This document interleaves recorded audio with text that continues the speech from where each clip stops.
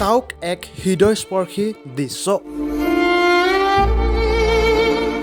গাড়ীৰ ভিতৰতেই নিথৰ এগৰাকী বৃদ্ধৰ দেহ। অবৈধভাৱে মাটি কঢ়িওৱা গাড়ীৰ খুন্দাত নিহত ৭০ বছৰীয়া এগৰাকী বৃদ্ধ। মংগলা মাউত গাঁৱত সংঘটিত হৈছে এই কৰুণ ঘটনা। জনাইছো এই মুহূৰ্তত আমগুৰিৰ ট্ৰিপাৰ খুন্দাত নিহত এগৰাকী বৃদ্ধ। অবৈধভাৱে মাটি কঢ়িওৱা গাড়ীৰ খুন্দাত নিহত ৭০ বছৰীয়া এগৰাকী বৃদ্ধ। নিহত বৃদ্ধগৰাকীৰ নাম গোবিন্দ তামুলী।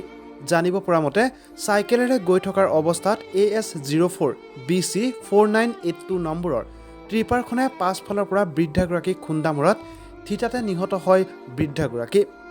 ঘটনাৰ পিছতে স্থানীয় লোকে ততাতৈয়াকৈ আমগুৰি সামূহিক চিকিৎসালয়লৈ নিয়ে যদিও মৃত্যুক সাৱটি লয় বৃদ্ধাগৰাকীয়ে।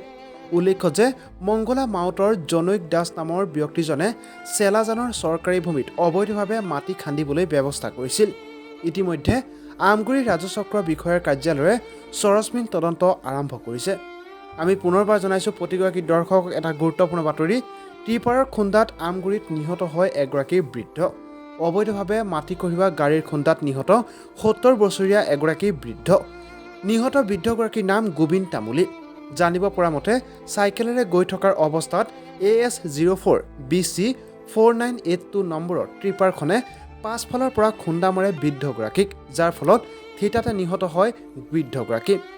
ঘটনাৰ পিছতে স্থানীয় লোকে ততাতৈয়াকৈ আমগুৰি সামূহিক চিকিৎসালয়লৈ নিয়ে যদিও মৃত্যুক সাৱটি লয় বৃদ্ধাগৰাকীয়ে।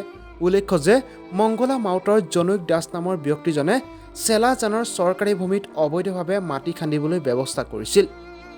ইতিমধ্যে আমগুৰি ৰাজচক্ৰ বিষয়াৰ কাৰ্যালয়ে সৰজমিন তদন্ত আৰম্ভ কৰিছে। ইতিমধ্যে দেখা গৈছে যে অবাধভাৱে অবৈধ মাটি মাফিয়াই গাঁও ভূমি আৰু যেনি তেনি চৰকাৰী ভূমি খান্দি তেওঁলোকে নিষেধ কৰি পেলাইছে, কৃষি অনুপযোগী কৰি পেলাইছে মাটিবিলাক। এই বিষয়ত আমি শিৱসাগৰ বন বিষয়াৰ লগতে আমি শিৱসাগৰ জিলা উপায়ুক্ত মহোদয়কো অৱগত কৰিছোঁ যে একাংশ মাটি মাফিয়াই গোটেই ধ্বংসলীলা চলাই আছে। দেখিবলৈ পোৱা গৈছে যে প্ৰশাসন আৰু বন বিভাগৰ নাকৰ তলতে একাংশ মাটি মাফিয়াৰ দৈৰাত্মক মানুহ থাকিব নোৱাৰা অৱস্থা হৈছে। কৃষিভূমিসমূহ ধ্বংস কৰি পেলাইছে, চৰকাৰী ভূমিসমূহ ধ্বংস কৰি পেলাইছে।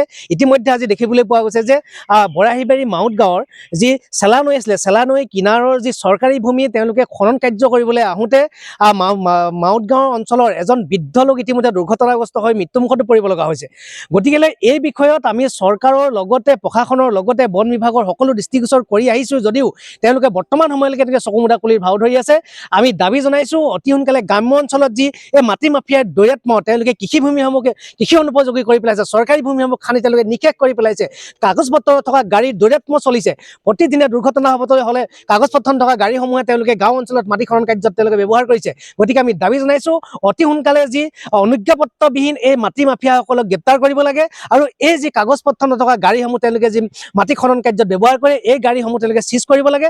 অন্যথা কিন্তু মাটি মাফিয়াৰ দৈৰাত্মত গাঁৱৰ ৰাইজ থাকিব নোৱাৰা অৱস্থা হ'ব, প্ৰতিদিনে দুৰ্ঘটনা হ'ব, লগতে কৃষিভূমিসমূহ তেওঁলোকে নিষেধ কৰি পেলাব, চৰকাৰী ভূমিসমূহ যি আছিলে সেইবিলাকো তেওঁলোকে নিষেধ কৰি পেলাব।